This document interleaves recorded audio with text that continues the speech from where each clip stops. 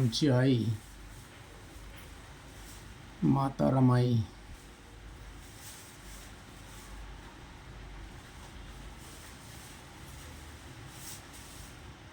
आणि आज रमाईचा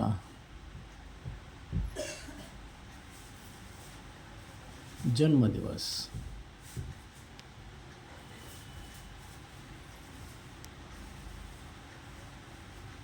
नऊ कोटी लेकरांची आई,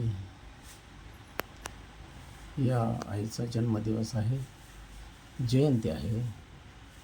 आणि म्हणून आपण आज ती साजरी करत आहोत.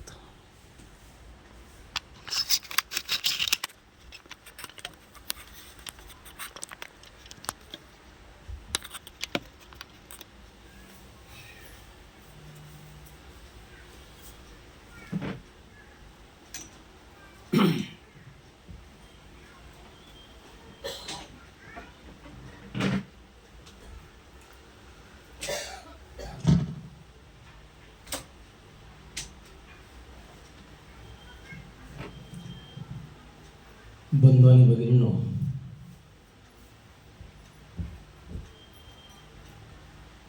मी माता रमाईच्या विषयाला सुरुवात करणार आहे. जगाला शांततेचा महान संदेश देणारे जगत वंदनीय जगद्गुरु शाक्यमुनी शाक्यसिंह तथागत भगवान गौतम बुद्ध, बोधिसत्व परमपूज्य भारतरत्न डॉक्टर बाबासाहेब आंबेडकर यांच्या पवित्र स्मृतीस त्रिवार अभिवादन. ज्या संस्थेच्या माध्यमातून भारतभर बौद्ध धर्माचा प्रचार आणि प्रसार होतो, ती तमाम भारतातील बौद्धांची मातृसंस्था the Buddhist Society of India अर्थात भारतीय बौद्ध महासभा.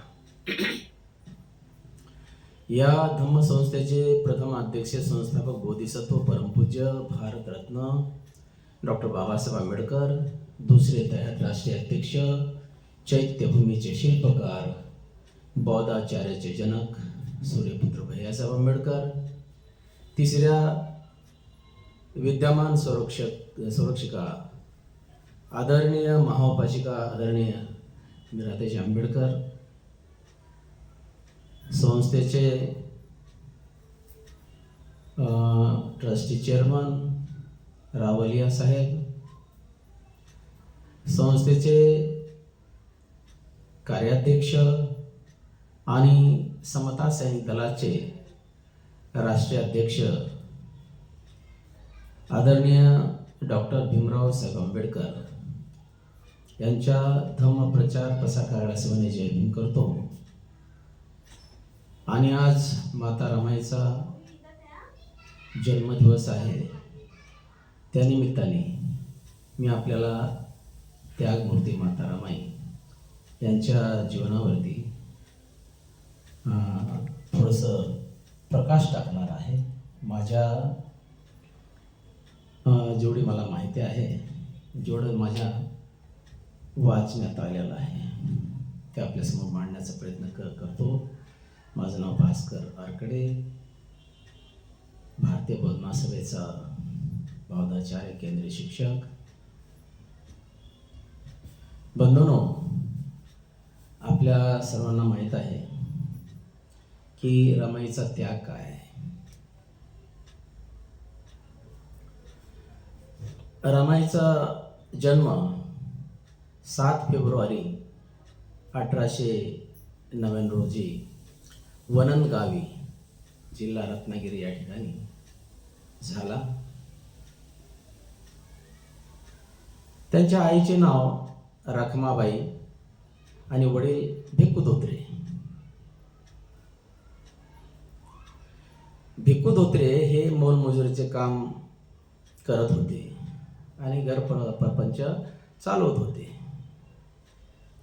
आईचा स्वभाव सुशील, कष्टाळू, स्वाभिमानी असा होता. वडील सुद्धा विठ्ठलाचे भक्त होते. त्यामुळे घरातील वातावरण धार्मिक स्वरूपाचे होते.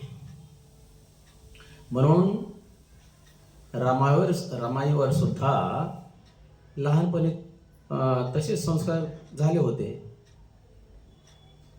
रमाईची मोठी बहीण अक्का, लहान बहीण गौरा व सर्वात लहान भाऊ शंकर अशी 4 मुलं, 4 भावंड होती.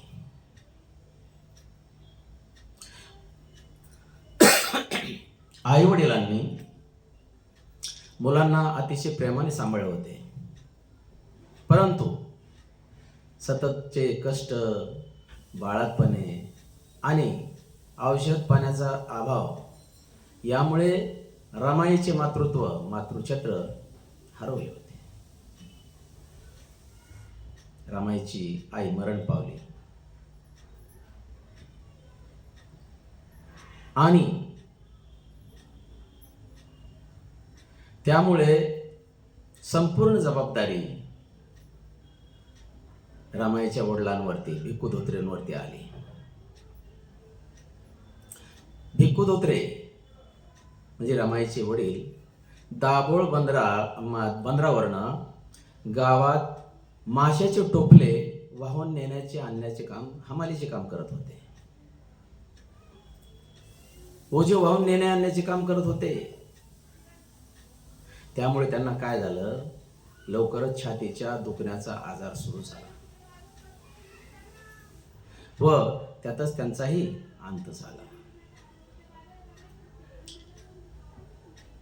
आणि सर्व मुलं ही पोरकी झाली. मोठी मुलगी दापोलीकरांकडे दिलेली होती आणि बाकीच्या मुलांना मुंबईचे चुलते व मामे हे मुंबईला घेऊन आले. रमाईचा चुलता एका वखारामध्ये, लाकडाच्या वखारीमध्ये कामाला होता. तर मामा गोविंदपूरकर हे 116व्या पलटणीचे पेन्शनर हवालदार होते. ते पेन्शनर हवालदार होते म्हणजे आर्मीमध्ये होते. इकडे रामजी सुभेदार, रामजी मालोजी सतपाळ यांच्या 3 मुलांपैकी मोठा मुलगा बाळाराम याचे लग्न केव्हाच उरकलेले होते व ते कुटुंबापासून वेगळे राहत होते. दुसरा मुलगा आनंदराव याचेही नुकतेच लग्न उरकलेले होते. तेव्हा आता तिसरा व सर्वात लहान मुलगा भिवा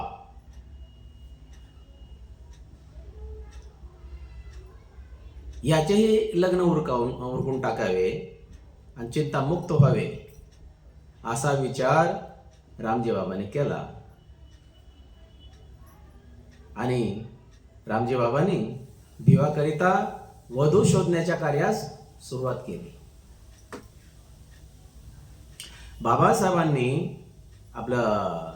बाबासाहेबांना लहानपणी सर्वजण भिवाच म्हणत. रामजी बाबा महू येथील लष्करात असताना भिवाचा जन्म झाला 14 एप्रिल 1891 रोजी. तशा बऱ्याच घटना 14 तारखेला बाबासाहेबांच्या जीवनामध्ये घडलेल्या आहेत. 14 एप्रिल 1891 रोजी बाबासाहेबांचा जन्म झाला. परंतु अवघ्या 5च वर्षामध्ये त्यांचे मातृछत्र हरवले. आई भीमाईचे निधन झाले. त्यानंतर त्यांचे वडील व आत्या मीरा आत्या यांनीच पुढे त्यांचे लालन पालन केले बाबासाहेबांच्या लहानग्या भिवाचे. भिवाचा स्वभाव अतिशय हट्टी होता, लहानपणी जिद्दी होता आणि हुड होता. भिवाला सुंदर बायको असावी असे रामजी बाबाला वाटत होते. त्यामुळे ते तशाच मुलीच्या शोधात होते. एक मुलगी पसंत केली. साखरपुडा सुद्धा ठरवला. त्याच दरम्यान त्याहीपेक्षा सरस असलेली दुसरी मुलगी लक्षात आली. ती लक्षात आली असताच पहिल्या स्थळाला नकार दिला. नकार देऊन दुसऱ्या मुली सोबत साखरपुडा ठरला भिवाचा. परंतु त्याहीपेक्षा सुंदर, नाकी डोळे निटास असलेल्या रमाईला पाहिल्यावर हे स्थळ रामजी बाबांनी पसंत केले आणि आधीच्या दोन्ही स्थळांना नकार दिला. दोन्ही स्थळांना नकार दिल्याबद्दल जात पंचायतीने रामजी बाबांना दंड दिला आणि तो दंड त्याने सहकुशीने भरला. सहकुशीने.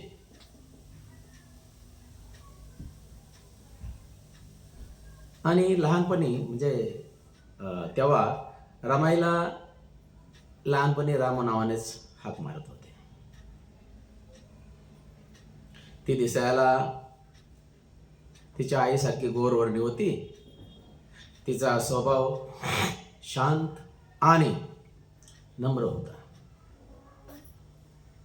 बाबासाहेब सुद्धा सर्वात म्हणजे सर्व भावंडांमध्ये जास्त गोरे होते, देखणे होते. बाबासाहेबांची देहयष्टी अंगकांती वडिलाप्रमाणे रामजी बाबांप्रमाणे होती आणि शेंडेपळा असल्यामुळे ते आईवडिलाचे लाडके झाले, लाडके होते.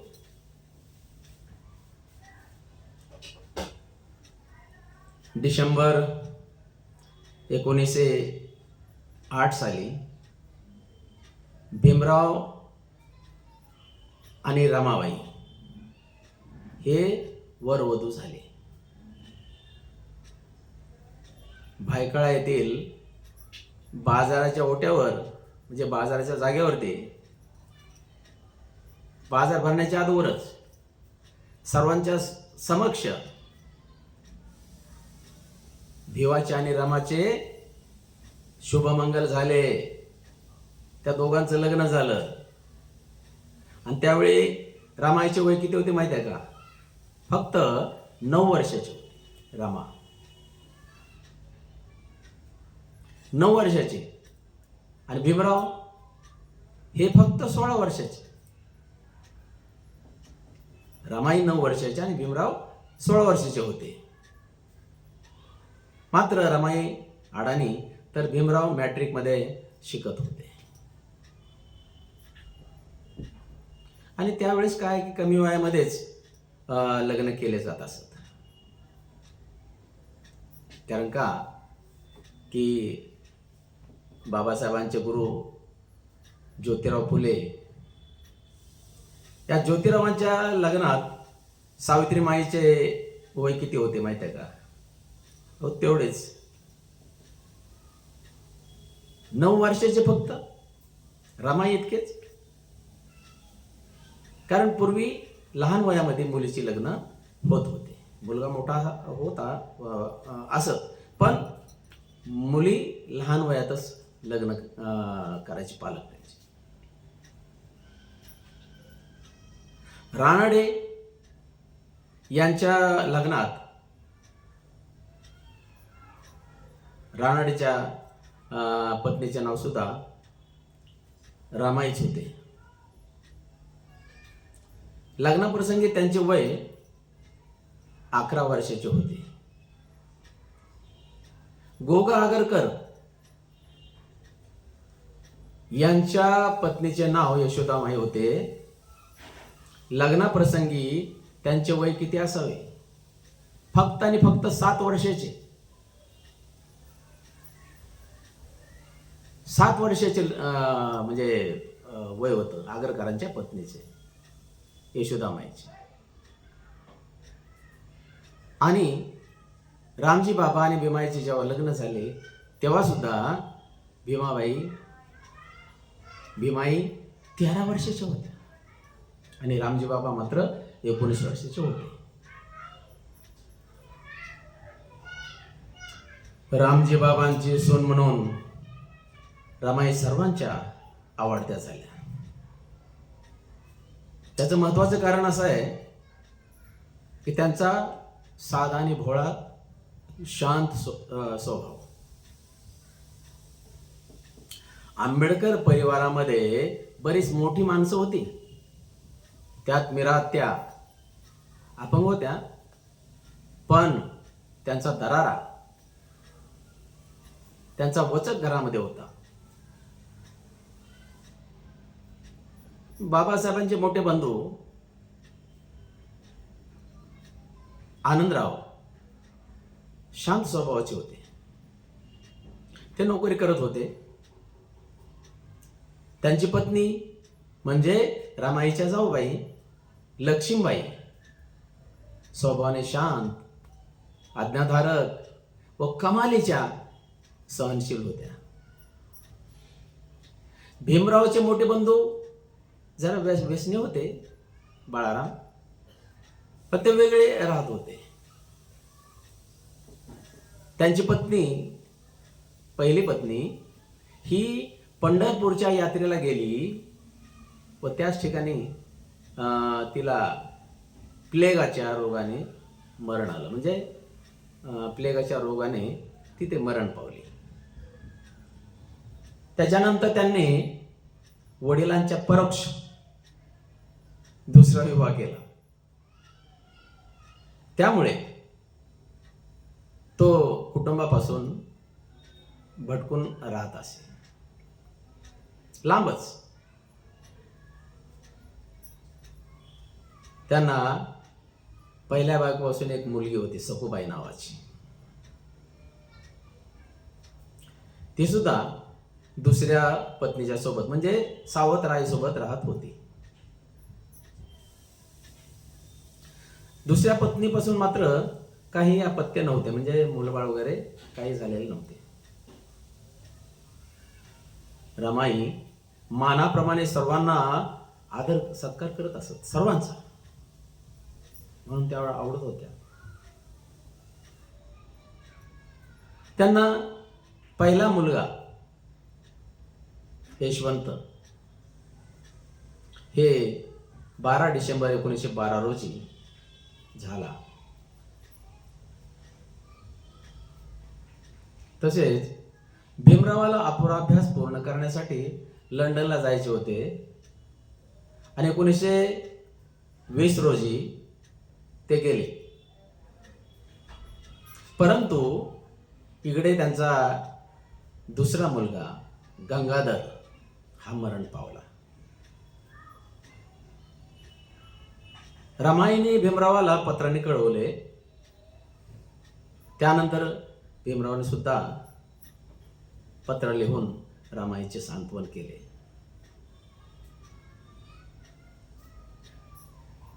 तसेच 1923च्या एप्रिलमध्ये लंडनहून बाबासाहेब भारतात आले आणि त्यावेळेस त्यांना इंदू नावाची मुलगी झाली, परंतु तीही मरण पावली. त्या सुमारास डॉक्टर बाबासाहेब आंबेडकर बॅरिस्टर झाले. लंडन विद्यापीठाने DSc ही पदवी त्यांना दिली. या प्रबंधासाठी बाबासाहेबांनी अफाट कष्ट केले होते, उपास तापास सहन केले होते, फार कष्ट सोसले होते. एक दिवशी भीमराव लवकरच घरी आले आणि आल्या आल्या रमाईला म्हणाले, रामू, हे रामू, अगं मला डॉक्टर सायन्स ही पदवी मिळाली ग. आणि हे ऐकून रमाईला गगनात मावेन असा आनंद झाला. त्यांनी भीमरावाला आरती करून ओवाळले. तसेच पुन्हा एकदा 1926 साली रमाईच्या जीवनामध्ये दुःख आले. एक दुःखित अशी घटना घडली. त्यांचा शेवटचा मुलगा, लाडका, देखना है ना, त्यांच्या मांडीवर मरण पावला. आतापर्यंत पहिला यशवंत, दुसरा गंगाधर, तिसरा रमेश, चौथी इंदू आणि पाचवा राजरत्न, ही 5 मुलं झाली. परंतु 4 मुलं काय की गावठी औषध उपचार. आणि यशवंत सुद्धा 3 महिने आजारीच असायचा. त्याला संधिवाताचा आजार होता. बॅरिस्टर बाबासाहेब आंबेडकर यांनी त्याच्यानंतर एक मोठा कार्यक्रम हाती घेतला. महाड या ठिकाणी आगळा वेगळा ना भूतो ना भविष्यती असा 20 मार्च 1927 ला चवदार तळ्याच्या पाण्याचा सत्याग्रह करण्याची घोषणाच केली. आणि महाड येथे सत्याग्रहासाठी गेले. महाड येथे सत्याग्रहासाठी गेले असता तेथे होणाऱ्या घडामोडी, रमाईला या घडामोडीची खूप काळजी वाटू लागली. रमाईने देवापुढे जाऊन पदर पसरून साकडे देवाला घालत होती. आपल्या म्हणजे पतीच्या जीवित रक्षणासाठी तिने निरंतर उपास तपास करायला सुरुवात केली. आणि मग रमाईच्या आत्म्याचा आवाज कदाचित महाडला येणाऱ्या प्रत्येकाने ऐकला असेल. अर्थात महाडच्या चवदार तळ्याचा सत्याग्रह यशस्वी झाला आणि बाबासाहेब सुखरूप घरी परतले. घरी आल्याचे पाहून रमाईला गगनात मावेन असा आनंद झाला. त्यानंतर तसेच उपास तापास केल्यामुळं, औषध पाणी वेळेवर न मिळाल्यामुळं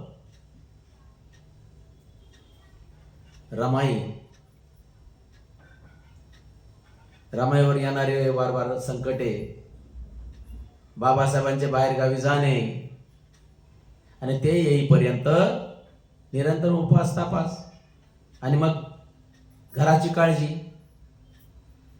घराची सर्व जबाबदारी. बाबासाहेबांनी दिलेले तुटपुंजे पैसे संपल्यावर माता रमाई काय करायच्या माहिती आहे?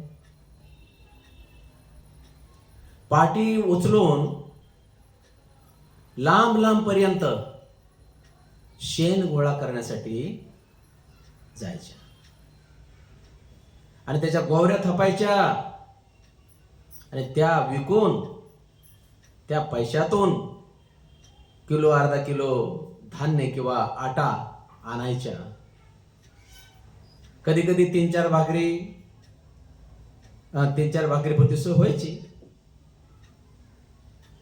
एक भाकर यशवंताला, एक भाकरी मुकुंदाला, उरलेले शंकर, लक्ष्मीबाई, गौरा आणि स्वतः रमाई या सर्वांनी मिळून खायची. परंतु तिकडे बाबासाहेबांचे सुद्धा खूप हाल होत होते. बाबासाहेबांची परिस्थिती काही वेगळी नव्हती. सयाजीराव महाराज यांनी, बडोद्याचे सयाजीराव महाराज यांनी दिलेली जे स्कॉलरशिप म्हणजे शिष्यवृत्ती होते ना 25 रुपयाची, व त्यानंतर छत्रपती शाहू महाराज यांनी दिलेली मदत ती संपल्याच्या नंतर बाबासाहेब मधल्या सुट्टीमध्ये काय करायची माहिती आहे? अवघे 3 तुकडे ब्रेडचे घ्यायचे आणि ते खायचे. पुढे लोकांनी कंप्लेंट केली, त्या अधिकाऱ्यांनी मना केले आणि त्याच्यामुळं लायब्ररीत काहीही खायचं नाही असं बजावल्याच्या नंतर तेव्हापासून ते सुद्धा बंद. मग कधीतरी 8 दिवसांनी एकदा किंवा 8 दिवसातून 2 वेळेस पोटभर जेवायचे. असेच दिवस बाबासाहेबांचे दिवस जायचे. आणि त्याची चिंता रमाईला लागून राहिली. सतत बाबासाहेबांची चिंता रमाई करायच्या. बाबासाहेब घरी परत येईपर्यंत, आपल्या भारतात मायदेशी येईपर्यंत त्यांचे उपास तापास चालू असायचे. अशा अनेक कारणामुळे रामाईचे शरीर अगदी खचून गेले होते. ती सारखी आजारी पडत होती. त्यावेळी भीमराव आंबेडकरांना भारताची राज्यघटना तयार करण्यासाठी लंडनला पहिल्या गोलमेज परिषदेला इंग्रजांनी आमंत्रित केले होते. तो दिवस 1930चा उजळून आला. त्यानंतर बाबासाहेबांनी 2 वर्षे 11 महिने 17 दिवस भारताची राज्यघटना 2 वर्षे 11 महिने 17 दिवसात राज्यघटना लिहून तयार केली, पूर्ण केली. आणि त्याच भारतीय घटनेच्या शिल्पकाराचा स्वर्ण दिवस पाहायला रमाई या जगात नव्हती. रमाईचा देवावर फार विश्वास होता, देवावरती. त्यांची पंढरपूरला जाण्याची इच्छा होती. एक वेळेस भीमरावांना रमाईने विचारलं, साहेब पंढरपूरला जाईन म्हणते. ही बाबासाहेबांनी ऐकलं आणि ते कडाडले, भडकले रमाईवरती. कशाला जायचं तिथं? खालच्या जातीतल्या लोकांना देवदर्शन देत नाही, मग अशा ठिकाणी कशाला जायचं? मग रमाई काय म्हणल्या माहितीये का? रमाई म्हणाल्या, बाबासाहेबांना काय म्हणाल्या, मग तुम्ही काळाराम मंदिर म्हणजे सत्याग्रह कसा काय केला? काळाराम मंदिर सत्याग्रह का केला? बाबासाहेब म्हणाले, अगर रामू, तो सत्याग्रह देवाच्या दर्शनासाठी नव्हता. तो लढा समतेचा हक्क बजावण्यासाठी, समतेचा हक्क मिळवून घेण्यासाठी होता. अगर रामू, आपल्या त्यागाने आणि गोरगरिबाच्या सेवेने आपण नवीन पंढरपूर निर्माण करू, जिथे माणसाला माणूस भेटेल, ते खरे पंढरपूर असेल. आणि रमाईला हे पटलं. साहेबाचे म्हणणे रमाईला पटले. आणि असे असेल तर कशाला जायचं पंढरपूरला? जे ते ठरवलं त्यांनी की आता नाही, पंढरपूरला जाण्याची काय गरज नाही. आणि खरोखरच त्यांनी नवीन पंढरी निर्माण केली. आपल्या सर्वांना माहीत आहे चैत्यभूमी, दीक्षाभूमी हे सगळं होत असताना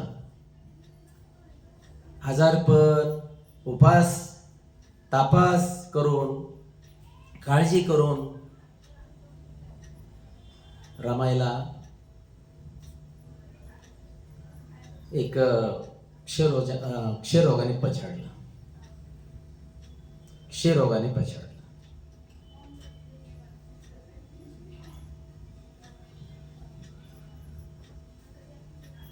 क्षयरोगाने रमायला आवडलं. तिचा तसा विलास सुरू होता, पण रमाईचा तापच उतरत नव्हता. रमाई आजाराने खूप थकली होती. यशवंत आणि मुकुंद आईच्या जवळ बसत होते. तिच्या खंगलेल्या आणि व्याकुळ झालेल्या चेहऱ्याकडे दिनवान्या नजरेने पाहू लागले.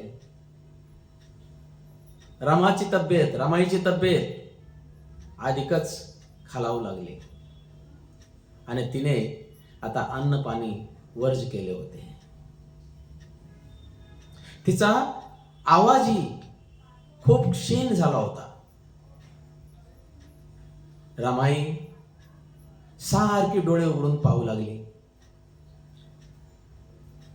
साहेब आलेत का? साहेब आलेत का? रमाईची नजर, रमाईचे अंतकरण साहेबांना शोधित होते. आणि दिनांक 26 मे 1935 साली 26 मे 1935 ची पहाट उजाडली व साहेब पहाटेच राजगृहावर आले. रमाईच्या खोलीत गेले. धावत जाऊन रमाईची भेट घेतली आणि म्हणाले, रामू, हे रामू,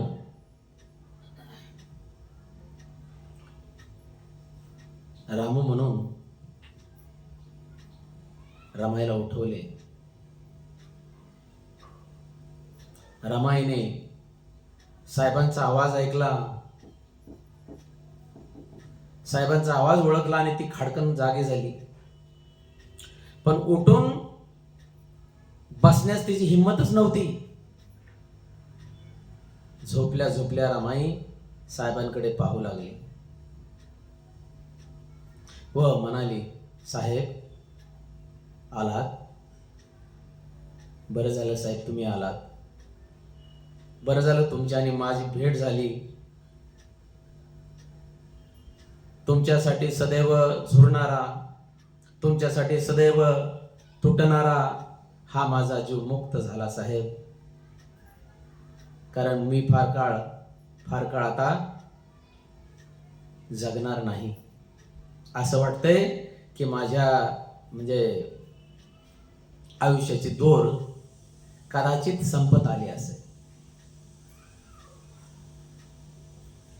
आज रमाईला खूप बोलावं असं साहेबांना वाटत होतं, पण रमाई मात्र बोलण्याच्या अवस्थेत नव्हती. जेव्हा ती बोलण्याच्या अवस्थेत होती तेव्हा साहेबांकडे वेळच नव्हता. आज मात्र सर्व काही सोडून साहेब रमाईजवळ बसून होते. रमाईचं सगळं ऐकण्यासाठी, सर्व काही ऐकण्यासाठी साहेबांना अगदी सुरुवातीपासूनची, लहानपणापासूनची छोटीशी, सुंदर, अबोल आणि समंजस रमा आठवू लागली. आपल्या मोठेपणासाठी रमाने केलेले कष्ट आठवू लागले. रमाने साहेबांना डोळे भरून पाहिले, साहेबांच्या हस्ते पाणी पिली, साहेबांच्या हाताने औषध घेतले. या सर्व गोष्टी साहेबांच्या हातून घडल्यामुळे रमाईला खूप समाधान वाटले व रामाई नेहमीपेक्षा समाधानाने झोपी गेली. साहेब रामाच्या जवळ बसूनच होते. रामासाठी मी काय करू अशा बेचैन अवस्थेमध्ये बाबासाहेब होते. काय करू आता, फार कोलमडून गेले होते.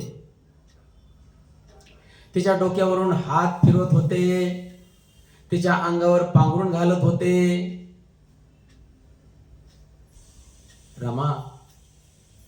रामाला कसं सांभाळू? रामा, माझ्यासाठी तुझे प्राण ओवाळणारे, चंदनाप्रमाणे झिजून माझ्या प्राणात सुगंध ओतणारी, स्वतः झिजून माझ्या प्राणात उदंडाविषयाची ज्योत लावणारी रामा, तुझ्या प्रेरणेने प्रकाशित झालेला हा प्रकाश युगानुयुगे प्रकाशित राहील. आम्ही म्हणजे आम्हा सर्वांचं भविष्य कोरता कोरता तुझ्या हस्तरेषा कधी मिटून गेल्या हे मला सुद्धा कळू दिले नाहीस रामा. माझ्या कर्माला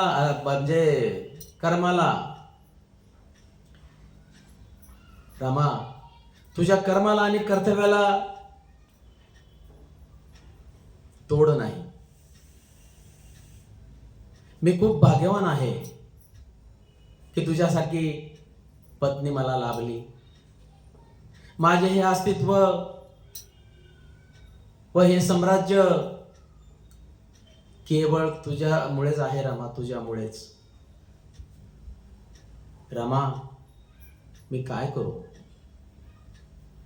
शेवटी 26 मे रोजी रविवारी सकाळी 9 वाजता रामायचे शरीर निष्प्राण झाले. घरातील सर्वांनी हंबारडा फोडला व साहेब ओक्साबोक्शी रडू लागले.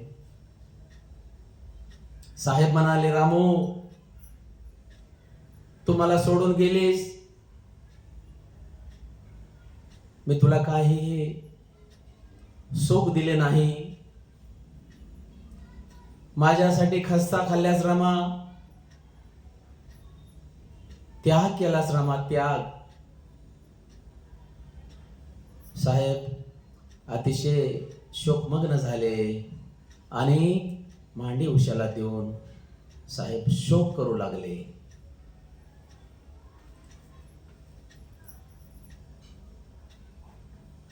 त्यामुळे या रामाईच्या त्यागावरून एका कवीने गाणं रचलेलं आहे. केलीस का ग रमा जाण्याची एवढी घाई, केलीस का ग रमा जाण्याची एवढी घाई. मेघ जनतेच्या चिंतेमध्ये तुझे दुःख जाणले नाही. मेघ जनतेच्या चिंतेमध्ये तुझे दुःख जाणले नाही. केलीस का ग रमा जाण्याची एवढी घाई. मेघ जनतेच्या चिंतेमध्ये तुझे दुःख जाणले नाही.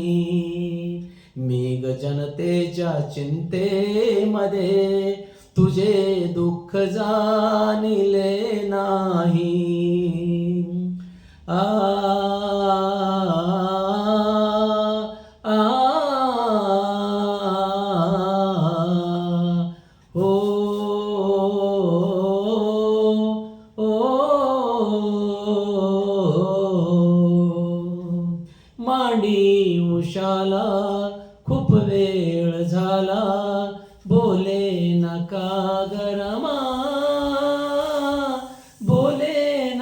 ग रमा, केव्हाचे डोळे मिटले तुझे हे खोले नका ग रमा, खोले नका ग रमा. विसरून गेलीस का आज तुझ्या तू श्रमा, विसरून गेलीस का आज तुझ्या तू श्रमा. तुझ्या दुःखाने भरलेले, तुझ्या दुःखाने भरलेले ग्रंथ मी चाळले नाही. तुझ्या दुःखाने भरलेले ग्रंथ मी चाळले नाही. मी ग जनतेच्या चिंतेमध्ये तुझे दुःख जाणिले नाही. राजगृहात केवढी उदासी, अधुऱ्या नक्षा परी, अधुऱ्या नक्षा परी. देह तुझा ग दिसतो कसा हा सुकलेल्या वृक्षा परी, सुकलेल्या वृक्षा परी. कुंकवाचे फक्त तेज दिसते तुझ्या कंपाळावरी, कुंकवाचे फक्त तेज दिसते तुझ्या कंपाळावरी. तुझ्या जीवनी सुखाचे क्षण, तुझ्या जीवनी सुखाचे क्षण कधी मी आणले नाही. मी ग जनतेच्या चिंतेमध्ये तुझे दुःख जाणिले नाही. सेवेत माझ्या सत्यनीतीच्या पुष्पलता वाहिल्या, पुष्पलता वाहिल्या. पती प्रगतीच्या जीवन गतीच्या नित्य कथा गायल्या, नित्य कथा गायल्या. पतीचे हे सुख पाहण्यासाठी व्यथा साहिल्या, पतीचे हे सुख पाहण्यासाठी व्यथा साहिल्या. उभे आयुष्य जळले पण, उभे आयुष्य जळले पण कधी तू मानिले नाही. उभे आयुष्य जळले पण कधी तू मानले नाही. मी ग जनतेच्या चिंतेमध्ये तुझे दुःख जाणिले नाही. केलीस का ग रमा जाण्याची एवढी घाई. मी ग जनतेच्या चिंतेमध्ये तुझे दुःख जाणिले नाही. मी ग जनतेच्या चिंतेमध्ये तुझे दुःख जाणिले नाही. तुझे दुःख जाणिले नाही. तुझे दुःख जाणिले नाही. नमो बुद्धाय. जय भीम. रामाई जयंती निमित्त आपल्या सर्वांना हार्दिक हार्दिक शुभेच्छा. हा विषय याच ठिकाणी थांबवतो. नमो बुद्धाय. जय भीम.